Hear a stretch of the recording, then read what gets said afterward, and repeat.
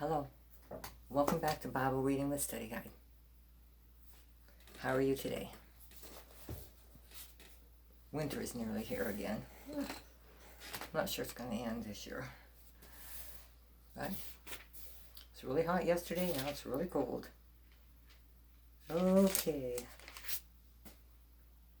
We're in 1 Samuel. And Eli, the priest and his sons, has died.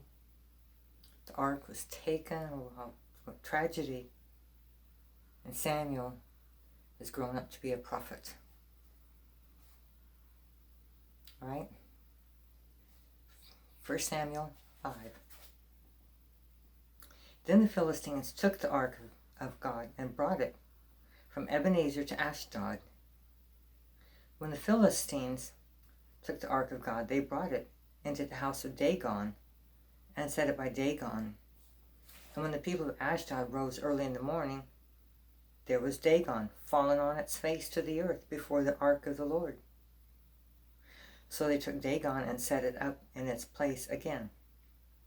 And when they rose early the next morning, there was Dagon fallen on its face to the ground before the ark of the Lord. The head of Dagon and both the palms of its hands were broken off on the threshold. Only Dagon's torso was left of it. Therefore neither the priest of Dagon nor anyone who come into Dagon's house tread on the threshold of Dagon in Ashdod to this day.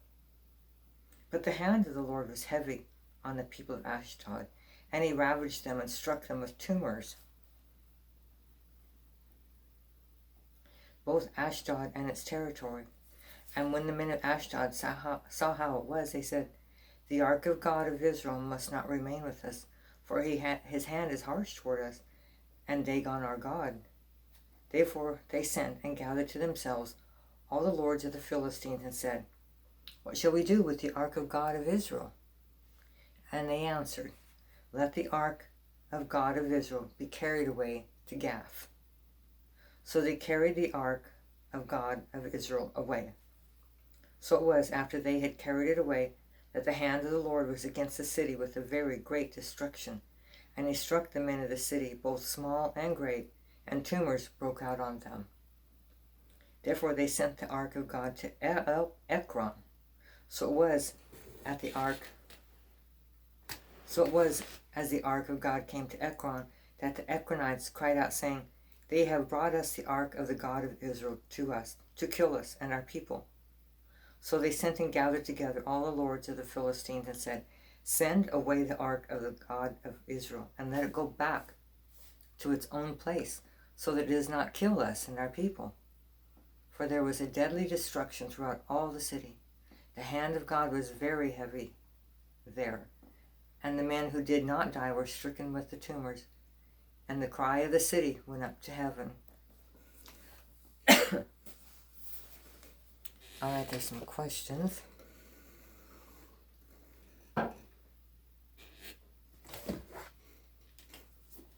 For Samuel 5.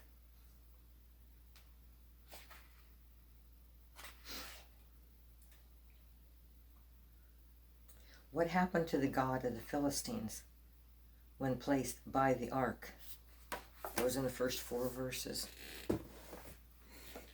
That was their God in its temple, and they had put the ark beside it. But overnight, God knocked their statue, down. And the next day, knocked it down again.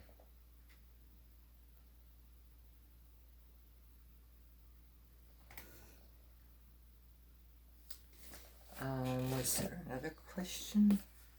I have a few question marks there. Okay, what happened to the Philistines when the ark was in their territory?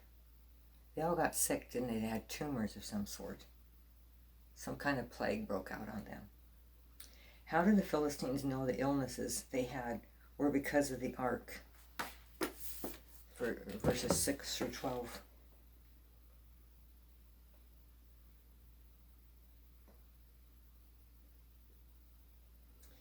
because it happened while the ark was there. And they realized what was going on, and they needed to get rid of the ark. God's powerful. Now the ark of the Lord was in the country of the Philistines 7 months. And the Philistines called for the priests and the diviners, saying, "What shall we do with the ark of the Lord? Tell us how we should send it to its place." So they said, "If you send away the ark of the God of Israel, do not send it empty, but by all means return it to him with a trespass offering. Then you will be healed, and it will be known to you why his hand is not removed from you."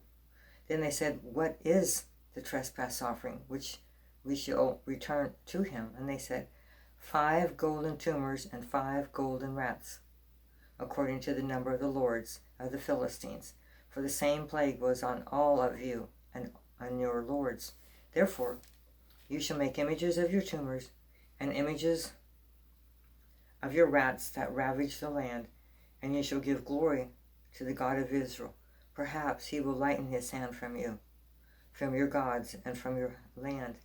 Why then do you harden your hearts as the Egyptians and the Pharaoh hardened their hearts? When he did mighty things among them, did they not let the people go that they might depart? Now therefore make a new cart.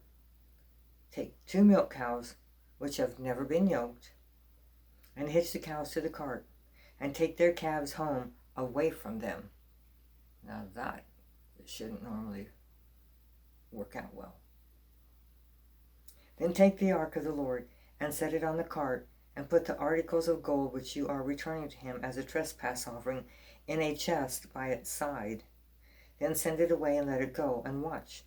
If it goes up the road to its own territory, to Beth Shemesh, then he has done us this great evil. But if not, then we shall know that it is not his hand that struck us. It happened to us by chance. So normally the cows would not leave their calves. So they're going to see what's happened. Then the men did so. They took 2 milk cows and hitched them to the cart and shut up their calves at home. And they set the ark of God on the cart, and the chest with the gold rats and the images of their tumors. Then the cows headed straight for the road to Beth Shemesh, and went along the highway, lowing as they went. They did not want to go. They wanted their calves, but they were driven to go. They were supernaturally caused to go. Lowing as they went, and did not turn aside to the right hand or to the left. And the lords of the Philistines went after them to the border of Beth Shemesh. Now the people of Beth Shemesh were reaping their wheat harvest in the valley, and they lifted their eyes and saw the ark, and rejoiced to see it. Then the ark came into the field of Joshua of Beth Shemesh, and stood there. A large stone was there. So they split the wood of the cart, and offered the cows as burnt offering to the Lord. The Levites took down the ark of the Lord, and the chest that was with it, in which were the articles of gold, and put them on the large stone. Then the men of Beth Shemesh offered burnt offerings and made sacrifices the same day to the Lord. So when the 5 lords of the Philistines had seen it, they returned to Ekron the same day. These are the golden tumors which the Philistines returned as a trespass offering to the Lord, 1 for Ashdod, 1 for Gaza, 1 for Ashkelon, 1 for Gath, and 1 for Ekron. And the golden rats according to the number of all the cities of the Philistines belonging to the 5 lords, both fortified cities and country villages, even as far as a large stone of Abel, on which they set the ark of the Lord, which stone remains to this day in the field of Joshua of Beth Shemesh. Then he struck the men of Beth Shemesh, because they had looked into the ark of the Lord. He struck 50,070 men of the people, and the people lamented because the Lord had struck the people with great slaughter. And the men of Beth Shemesh said, "Who is able to stand before this holy God? And to whom shall it go up from us?" So they sent messengers to the inhabitants of Kirjath Jearim, saying, "The Philistines have brought back the ark of the Lord. Come down and take it up with you." Remember back in Exodus and Leviticus, there were specific instructions regarding the ark. Had to be carried by poles. Nobody could touch it. Nobody could open it. And somehow they had opened it. All right. No questions here. 1 Samuel 7. Then the men of Kirjath-jearim came and took the ark of the Lord and brought it into the house of Abinadab on the hill, and consecrated Eleazar his son to keep the ark of the Lord. So it was that the ark remained at Kirjath-jearim a long time. It was there 20 years. And all the house of Israel lamented after the Lord. Then Samuel spoke to all the house of Israel, saying, If you return to the Lord with all your hearts, then put away the foreign gods and the Ashtoreths from among you, and prepare your hearts for the Lord, and serve him only. And he will deliver you from the hand of the Philistines. So the children of Israel put away the Baals and the Ashtoreths, and served the Lord only.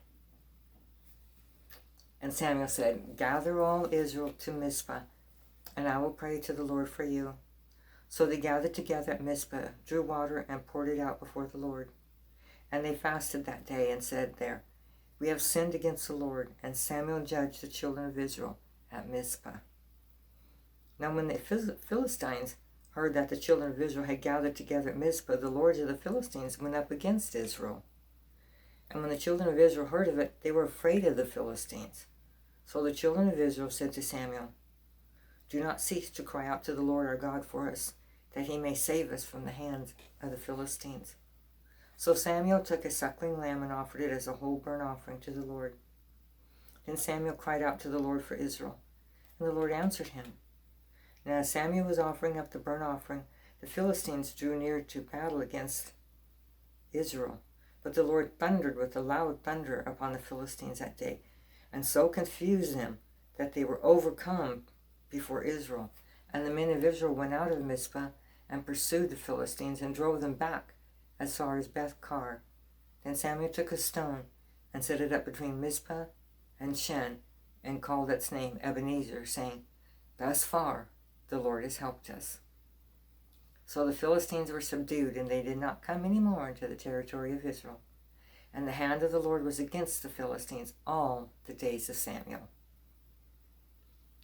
Then the cities which the Philistines had taken from Israel were restored to Israel, from Ekron to Gath. And Israel recovered its territory from the hands of the Philistines.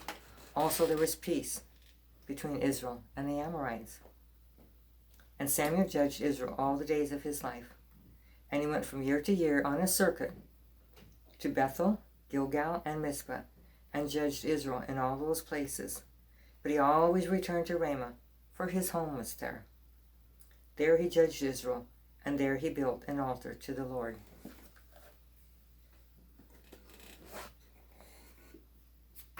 Finally, some peace from the Philistines. All right. Chapter 7 question. How long was the ark in Kirjath-jearim? Verse 2. 20 years. Wow. That's 20 years, when you think about 20 years. 20 years ago from today, or 20 years down the road. That's quite a long time when you think about that being the Lord's presence being taken away from you. Well, at least that's what it represented to them. And what does Ebenezer mean? In verse 12. Thus far, the Lord has helped us. All right. 1 Samuel chapter 8. Now it came to pass when Samuel was old that he made his sons judges over Israel. The name of his firstborn was Joel, the name of the second Abijah. They were judges in Beersheba, but his sons did not walk in his ways. They turned aside after dishonest gain, took bribes, and perverted justice. Oh, doesn't that sound like Eli and his sons? Then all the elders of Israel gathered together and came to Samuel at Ramah, and said to him, Look, you are old, and your sons do not walk in your ways. Now make us a king to judge us, like all the other nations. But the thing displeased Samuel when they said, give us a king to judge us. So Samuel prayed to the Lord. And the Lord said to Samuel, heed the voice of the people and all that they say to you, for they have not rejected you, but they have rejected me, that I should not reign over them. According to all the works which they have done since the day that I brought them up out of Egypt, even to this day, which they have forsaken me and served other gods. So they are doing to you also. Now therefore heed their voice. However, you shall solemnly forewarn them and show them the behavior of the king who will reign over them. Excuse me. I need a pencil. I needed to circle that. He had not rejected him, but he had rejected God, the people. So Samuel told all the words of the Lord to the people who asked him for a king. And he said, this will be the behavior of the king who will reign over you. He will take your sons and appoint them for his own chariots and to be his horsemen, and some will run before his chariots. He will appoint captains over his thousands and captains over his 50s. Will set some to plow his ground and reap his harvest, and some to make his weapons of war and equipment for his chariots. He will take your daughters to be perfumers, cooks, and bakers, and he will take the best of your fields, your vineyards, and your olive groves, and give them to his servants. He will take 1/10 of your grain and your vintage, and give it to his officers and servants. And he will take your male servants and your female servants, your finest young men and your donkeys, and put them to his work. He will take 1/10 of your sheep, and you will be his servants, and you will cry out in that day because of your king, whom you have chosen for yourselves. And the Lord will not hear you in that day. Nevertheless, the people refused to obey the voice of Samuel, and they said, no, but we will have a king over us, that we also may be like the other nations, and that our king may judge us and go out before us and fight our battles. I want to be like everybody else, huh? And Samuel heard all the words of the people, and he repeated them in the hearing of the Lord. So the Lord said to Samuel, heed their voice, and make them a king. And Samuel said to the men of Israel, every man go to his city. One question. Who did Israel reject? Did they reject Samuel? Or did they reject God? Do you think it'll go well? Maybe smooth after a while? 1 Samuel 9. There was a man of Benjamin. They just had a battle, remember? A whole bunch of the Benjamites were killed. This is later, at least 20 years later, maybe a lot more. There was a man of Benjamin whose name was Kish, the son of Abiel, the son of Zor, the son of Bechorath, the son of Aphiah, a Benjamite, a mighty man of power. And he had a choice and handsome son, whose name was Saul. There was not a more handsome person than he among the children of Israel. From his shoulders up, he was taller than any of the people. Now the donkeys of Kish, Saul's father, were lost. And Kish said to his son Saul, please take one of the servants with you and arise and go look for the donkeys. So he passed through the mountains of Ephraim and through the land of Shalisha, but they did not find them. Then they passed through the land of Shalem, and they were not there. Then he passed through the land of the Benjamites, but they did not find them. When they had come to the land of Zuph, Saul said to a servant who was with him, come, let us return, lest my father cease caring about the donkeys and become worried about us. And he said to them, look now, there is in the city a man of God, and he is an honorable man.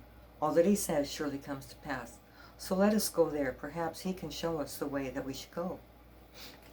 Then Saul said to his servant, but look, if we go, what shall we bring the man? For the bread in our vessels is all gone, and there is no present to bring to the man of God. What do we have? And the servant answered Saul again and said, Look, I have here at hand 1/4 of a shekel of silver. I will give that to the man of God to tell us our way. Formerly in Israel, when a man went to inquire of God, he spoke thus, Come, let us go to the seer. For he who is now called a prophet was formerly called a seer.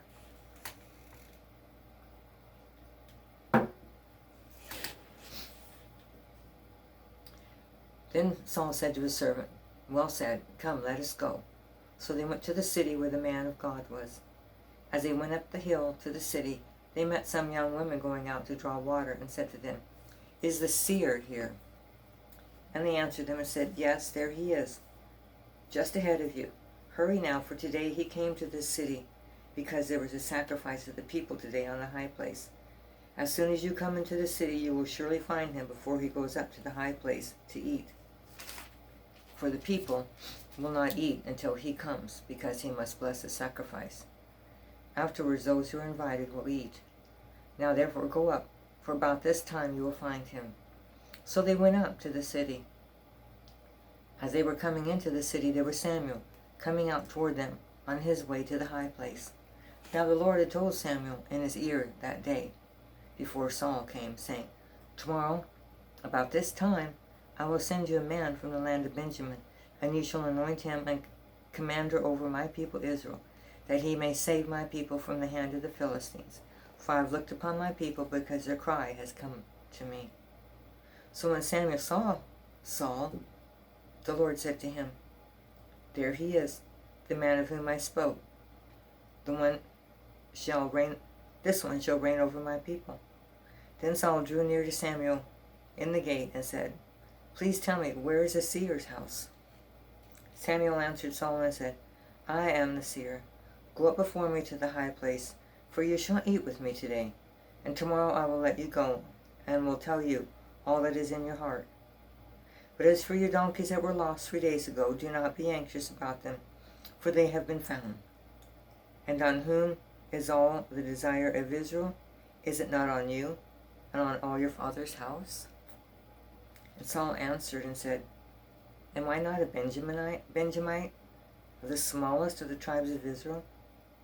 Am my family the least of all the families of the tribe of Benjamin? Why then do you speak to me like this to me? That sounds like Gideon. He said the same thing. Now Samuel took Saul and his servant and brought them into the hall, and had them sit in the place of honor among those who were invited. There were about 30 persons. And Samuel said to the cook, Bring the portion which I gave you, of which I said, Set it apart. So the cook took up the thigh with its upper part and set it before Saul. And Samuel said, Here it is, what was kept back. It was set apart for you. Eat, for until this time it has been kept for you, since I said I invited the people. So Saul ate with Samuel that day. When they had come down from the high place into the city, Samuel spoke with Saul on the top of the house. They rose early, and it was about the dawning of the day that Samuel called to Saul on the top of the house, saying, Get up, that I may send you on your way. And Saul arose, and both of them went outside, he and Samuel. Then as they were going down to the outskirts of the city, Samuel said to Saul, Tell the servant to go on ahead of us. And he went on. But you stand here a while, that I may announce to you the word of the Lord. Excuse me. Looks there's a question for chapter 9. A couple questions. Who is chosen to be king? It's looking like Samuel. We'll read on some more, where the rest of the answer is coming up. 1 Samuel 10. Then Samuel took a flask of oil and poured it on his head and kissed him and said, Is it not because the Lord has anointed you commander over his inheritance? When you have departed from me today, you will find 2 men by Rachel's tomb in the territory of Benjamin at Zelzah, and they will say to you, The donkeys which you went to look for have been found. And now your father has ceased caring about the donkeys and is worrying about you, saying, what shall I do about my son? Then you shall go on forward from there and come to the terebinth tree of Tabor. You keep talking about that, like a specific tree. I have to see what a terebinth tree is. Okay, there 3 men going up to God at Bethel will meet you. One carrying 3 young goats, another carrying a skin of wine, and they will greet you and give you 2 loaves of bread, which you shall receive from their hands. After that you shall come to the hill of God, where the Philistine garrison is. And it will happen, when you have come there to the city, that you will meet a group of prophets, coming down from the high place with a stringed instrument, a tambourine, a flute, and a harp before them, and they will be prophesying. Then the Spirit of the Lord will come upon you, and you will prophesy with them, and be turned into another man. And let it be, when these signs come to you, that you do as the occasion demands, for God is with you. You shall go down before me to Gilgal, and surely I will come down to you to offer burnt offerings and make sacrifices of peace offerings. 7 days you shall wait till I come to you and show you what you should do. So it was, when he had turned his back to go from Samuel, that God gave him another heart, and all the signs came to pass that day. When they came there to the hill, there was a group of prophets to meet them. Then the Spirit of God came upon him, and he prophesied among them. And it happened, when all who knew him formerly saw that he indeed prophesied among the prophets, that the people said to one another, what is this that has come upon the son of Kish? Is Saul also among the prophets? And said, but who is their father? Therefore it became a proverb, is Saul also among the prophets? And when he had finished prophesying, he went to the high place. Then Saul's uncle said to him and his servant, where did you go? So he said, to look for the donkeys.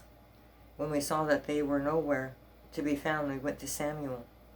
And Saul's uncle said, tell me, please, what Samuel said to you.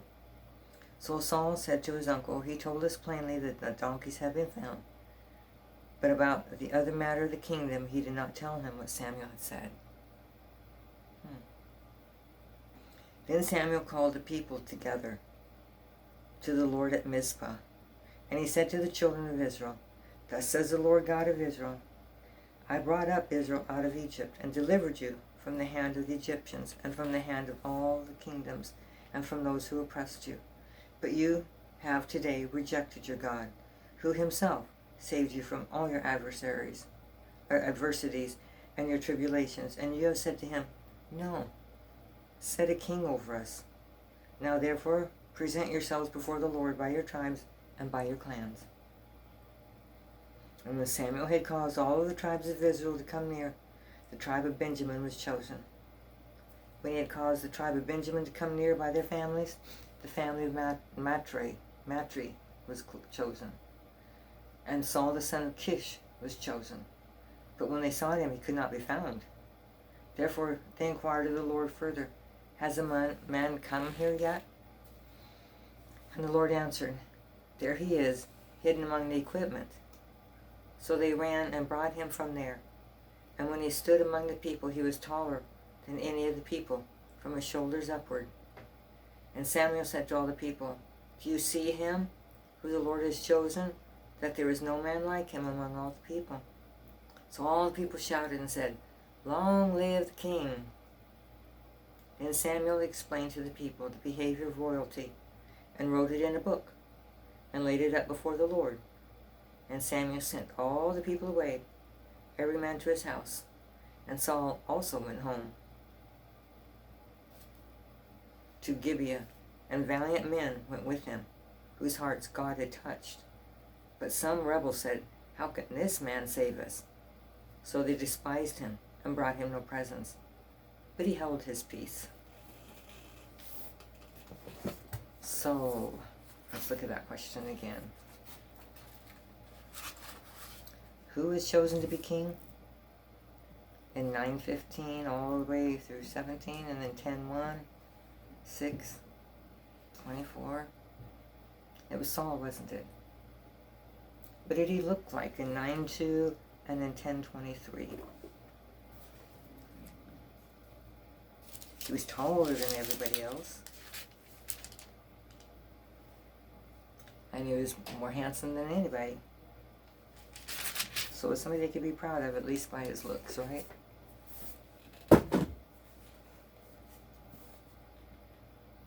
For Samuel 11. Then Nahash the Ammonite came up and encamped against Jabesh Gilead. And all the men of Jabesh said to Nahash, "Make a covenant with us, and we will serve you." And Nahash the Ammonite answered them, "On this condition I will make a covenant with you, that I may put out your right eyes and bring reproach on all Israel." Yikes. Then the elders of Jabesh said to him, "Hold off for 7 days, that we may send messengers to all the territory of Israel. And then if there is no one to save us, we will come out to you." So the messengers came to Gibeah of Saul and told the news in the hearing of Saul, in the hearing of all the people. And all the people lifted up their voices and wept. Now there was Saul coming behind the herd from the field, and Saul said, "What troubles the people that they weep?"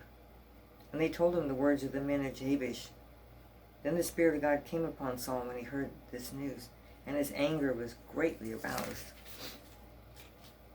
So he took a yoke of oxen and cut them in pieces, and sent them throughout all the territory of Israel by the hands of the messengers, saying, "Whoever does not go out with Saul and Samuel to battle, so it shall be done to his oxen." And the fear of the Lord fell on the people, and they came out with one consent. Then he numbered them in Bezek. The children of Israel were 300,000, and the men of Judah 30,000.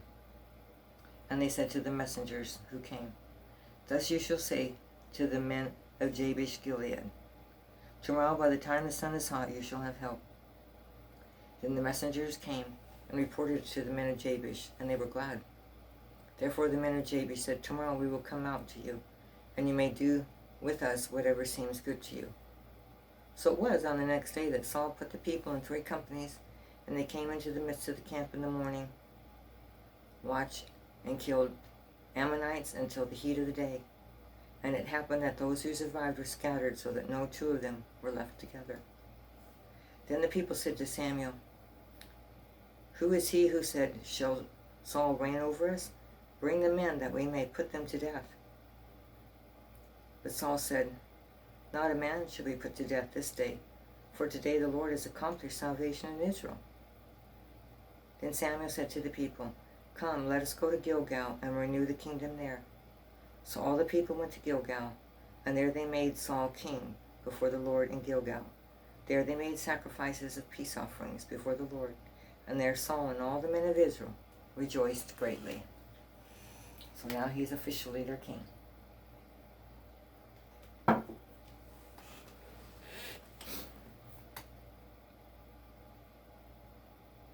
Let's see how he does as the first king.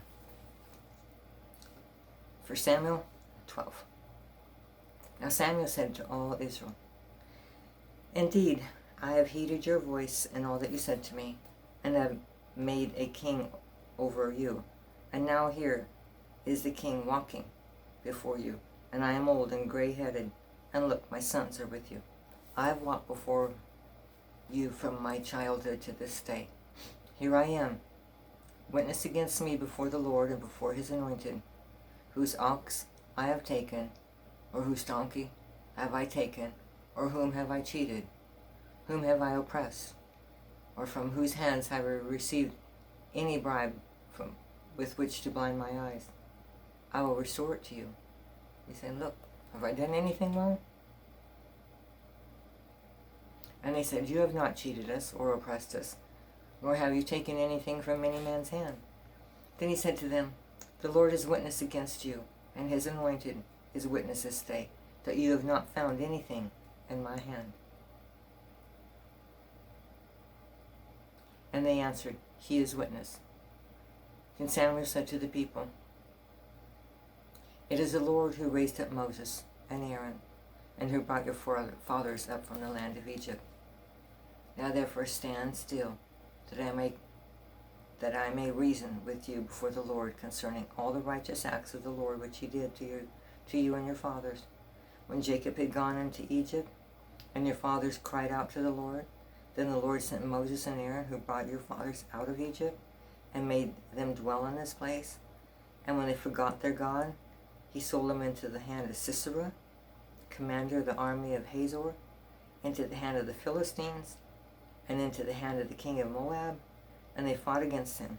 Then they cried out to the Lord and said, We have sinned, because we have forsaken the Lord, and served the Baals and Ashtoreths. But now deliver us from the hand of our enemies, and we will serve you.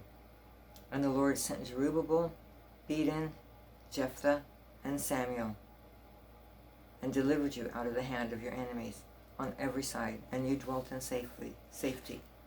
And when you saw that Nahash, king of the Ammonites, came against you, you said to me, No, but a king shall reign over us, and the Lord your God is your king. Now therefore, here is the king whom you have chosen, and whom you have desired. And take note, the Lord has set a king over you.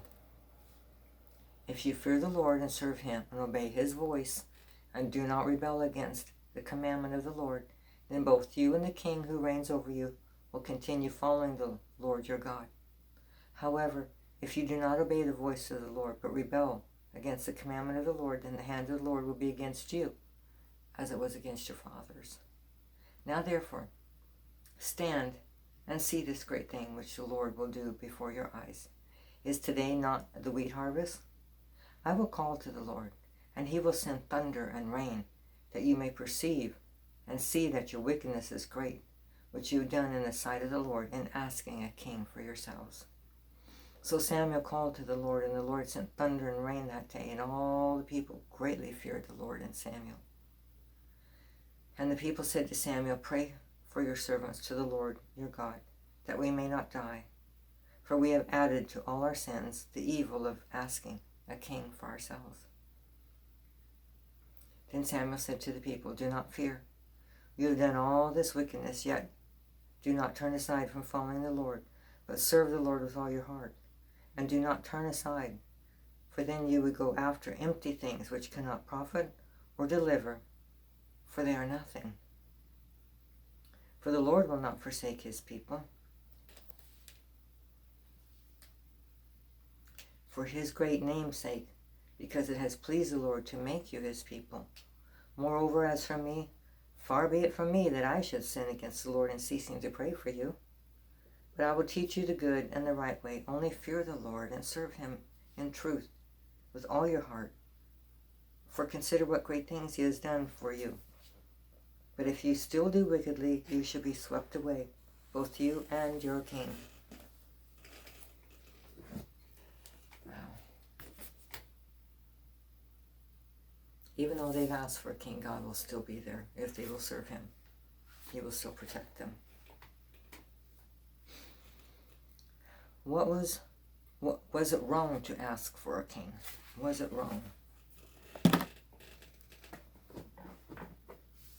Yes, it was wrong. And they admitted that it was wrong. In verse 19. 1 Samuel 13.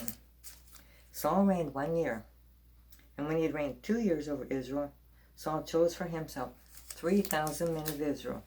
2,000 were with Saul in Michmash, and in the mountains of Bethel, and 1,000 were with Jonathan in Gibeah of Benjamin. The rest of the people he sent away, every man to his tent. And Jonathan attacked the garrison of the Philistines that was in Gibeah, and the Philistines heard of it. Then Saul blew the trumpet throughout all the land, saying, Let the Hebrews hear. Now all Israel heard it said that Saul had attacked the garrison of the Philistines, and that Israel had become an abomination to the Philistines. And the people were called together to Saul at Gilgal. Then the Philistines gathered together to fight with Israel. 30,000 chariots and 6,000 horsemen, and people as the sand which is on the seashore in multitude. And they came up and encamped in Michmash to the east of Beth Aven. When the men of Israel saw that they were in danger, for the people were distressed, then the people hid in caves and thickets and rocks and holes and pits. And some of the Hebrews crossed over the Jordan to the land of Gad and Gilead. As for Saul, he was still in Gilgal, and all the people followed him trembling. Then he waited 7 days according to the time set by Samuel. But Samuel did not come to Gilgal, and the people were scattered from him.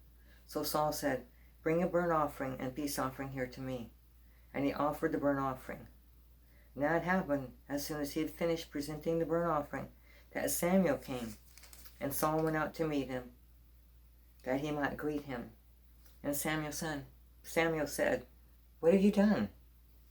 Saul said, when I saw that the people were scattered from me, and that you did not come within the days appointed, and that the Philistines gathered together at Michmash, then I said, the Philistines will now come down on me at Gilgal, and I have not made supplication to the Lord.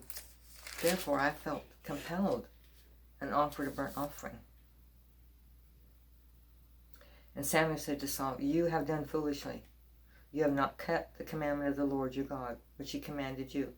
For now the Lord, which would have established your kingdom over Israel forever. But now your kingdom shall not continue. The Lord has sought for himself a man after his own heart, and the Lord has commanded him to be a commander over your people, over his people, because you have not kept what the Lord commanded you." Then Samuel rose and went up from Gilgal to Gibeah of Benjamin, and Saul numbered the people present with him, about 600 men. Saul, Jonathan his son, and the people present with him remained in Gibeah of Benjamin. But the Philistines encamped at Michmash. Then raiders came out of the camp of the Philistines in 3 companies. One company onto the road of Ophrah to the land of Shual. Another company turned to the road of Beth Horon, and another company turned to the road of the border that overlooks the valley of Zeboim towards the wilderness. Now there was no blacksmith to be found throughout all the land of Israel, for the Philistines said, "Lest the Hebrews make swords or spears." But all the Israelites would go down to the Philistines to sharpen each man's plowshare, his mattocks, his axe, and his sickle. And the charge for the sharpening was 1 pim for the plowshares, the mattocks, the forks, and the axes, and to set the points of the goads.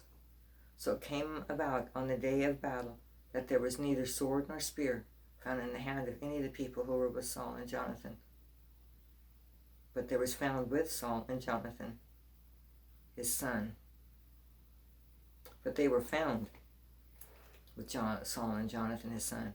And the garrison of the Philistines went out to the pass of Michmash. Some of these words I don't know how to say. They're close. Why was Saul's sacrifice wrong? We didn't know about it ahead of time, but later Samuel was supposed to do it. And Saul did not wait for him. He panicked. He did not trust the Lord to bring Samuel in time, and he panicked. And he offered the sacrifice himself. He's not a priest. What quality was God looking for in a man to be king in 13:14? What did he say he was looking for?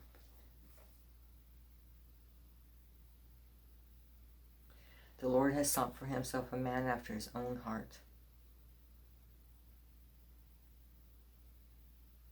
who God would be first and foremost in his life.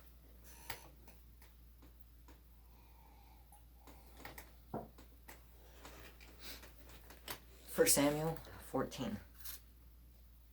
Now it happened one day that Jonathan, the son of Saul, said to the young man who bore his armor, "Come, let us go over to the Philistine garrison that is on the other side."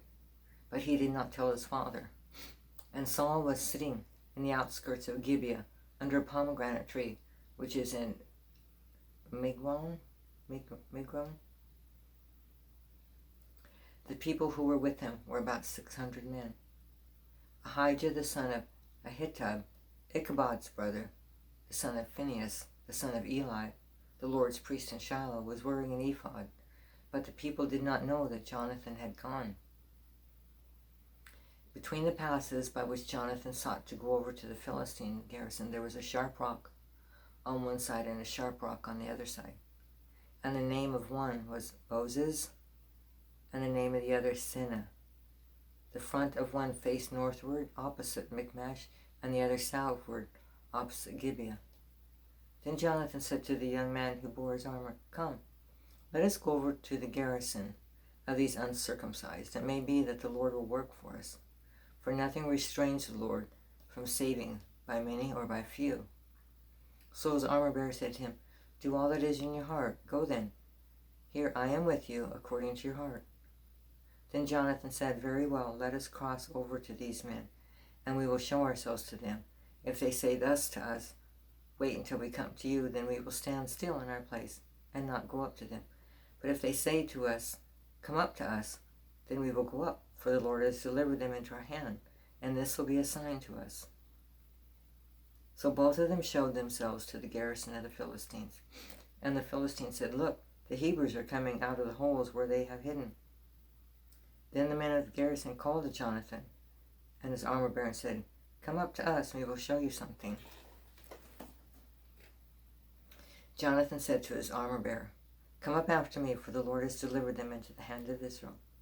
And Jonathan climbed up on his hands and knees with his armor-bearer after him. And they fell before Jonathan. And Jonathan climbed up on his hands and knees with his armor-bearer after him. And they fell before Jonathan. And as they came after him, his armor-bearer killed them. That first slaughter with Jonathan and his armor-bearer made was about 20 men within about a half acre of land. And there was trembling in the camp, in the field, and among the people. The garrison and the raiders also trembled, and the earth quaked, so that it was very great trembling. Now the watchmen of Saul and Gibeah of Benjamin looked, and there was the multitude melting away, and they went here and there. Then Saul said to the people who were with him, "Now call the roll and see who has gone from us." And when they called the roll, surprisingly, Jonathan and his armor-bearer were not there. And Saul said to Ahijah, "Bring the Ark of God here." For at that time the Ark of God was with the children of Israel. Now it happened, while Saul talked to the priest, that the noise which was in the camp of the Philistines continued to increase. So Saul said to the priest, "Withdraw your hand." Then Saul and all the people who were with him assembled, and they went to the battle, and indeed every man's sword was against his neighbor, and there was a very great confusion. Moreover, the Hebrews who were with the Philistines before that time, who went up with them into the camp from the surrounding country, they also joined the Israelites who were with Saul and Jonathan. Likewise, all the men of Israel who had hidden in the mountains of Ephraim, when they heard that the Philistines fled, they also followed after them in the battle. So the Lord saved Israel that day, and the battle shifted to Beth-aven. Okay, some victories here, huh? And then the men of Israel were distressed that day, for Saul had placed the people under oath, saying, "Cursed is the man who eats any food until evening, before I have taken vengeance on my enemies." So none of the people tasted food. Now all the people of the land came to a forest, and there was honey on the ground. And when the people had come into the woods, there was the honey dripping, but no one put his hand to his mouth, for the people feared the oath.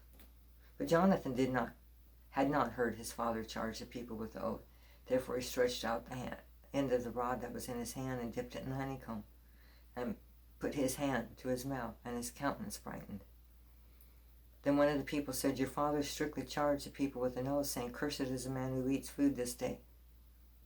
And the people were faint. But Jonathan said, "My father has troubled the land.